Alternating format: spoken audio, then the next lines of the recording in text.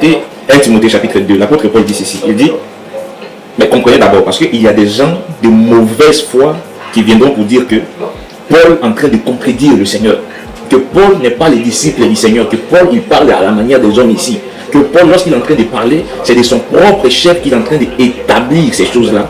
Mais Paul va vous rappeler cela dans le livre de 1 Corinthiens chapitre 14.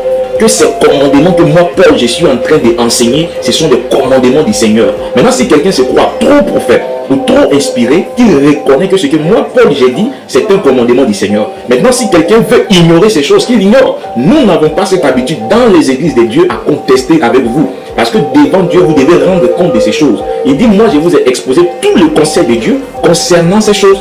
Concernant même comment le ministère devait s'opérer dans les églises.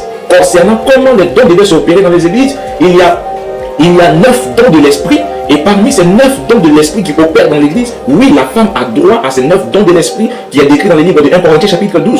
Parce que dans le livre de Joël chapitre 2, la Bible avait promis que lorsque le Saint-Esprit sera déversé, vos filles et vos jeunes gens et vos filles prophétiseront. Donc ça, Dieu les a accordé ces droits. Mais en ce qui concerne les 5 ministères, les 5 dons ministériels, c'est réservé uniquement aux hommes. Ce n'est pas nous qui les disons, c'est l'Écriture qui les dit. Paul a pris son temps pour exposer ces choses avec toute la grâce que le Seigneur lui a donnée. Et il rappelle même à Timothée, qui était resté à l'église d'Éphèse, pour dire que lorsque j'étais établi à Éphèse, c'est pour apprendre à des gens à ne pas enseigner d'autres choses. Il dit ça dans le livre de 1 Timothée chapitre 1. Oui, 1 Timothée chapitre 1 à partir du verset 5. Il dit, le but du commandement, c'est un amour venant d'un cœur pur, d'une bonne conscience et d'une foi sincère. Quelques-uns s'étant détournés de la chose, se sont égarés dans des vains discours. Ils veulent être docteurs de la loi et ils ne comprennent ni ce qu'ils disent, ni ce qu'ils affirment. Nous n'ignorons pas que la loi est bonne pourvu qu'on fasse un usage légitime. Donc l'apôtre frère qui prêchait autre chose à l'église d'Éphèse.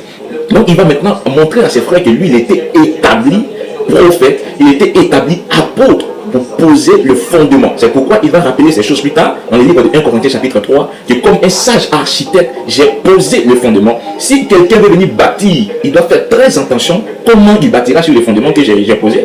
Les Éphésiens, connaissant ces choses, ils ont dit, nous avons été édifiés sur le fondement des apôtres et des prophètes, Jésus-Christ lui-même étant la pierre angulaire. Donc ce que les apôtres nous ont prêché, c'est ce que les prophètes autrefois, ils nous ont prêché. Et c'est sur ces choses-là que nous nous reposons aujourd'hui. Ils ont été un modèle pour nous. Leur manière d'adorer, leur manière de servir le Seigneur, c'est un modèle pour nous. Et on doit suivre leur modèle pour pouvoir accorder l'adoration au Seigneur Jésus-Christ. Parce que Dieu ne cherche pas des adorateurs.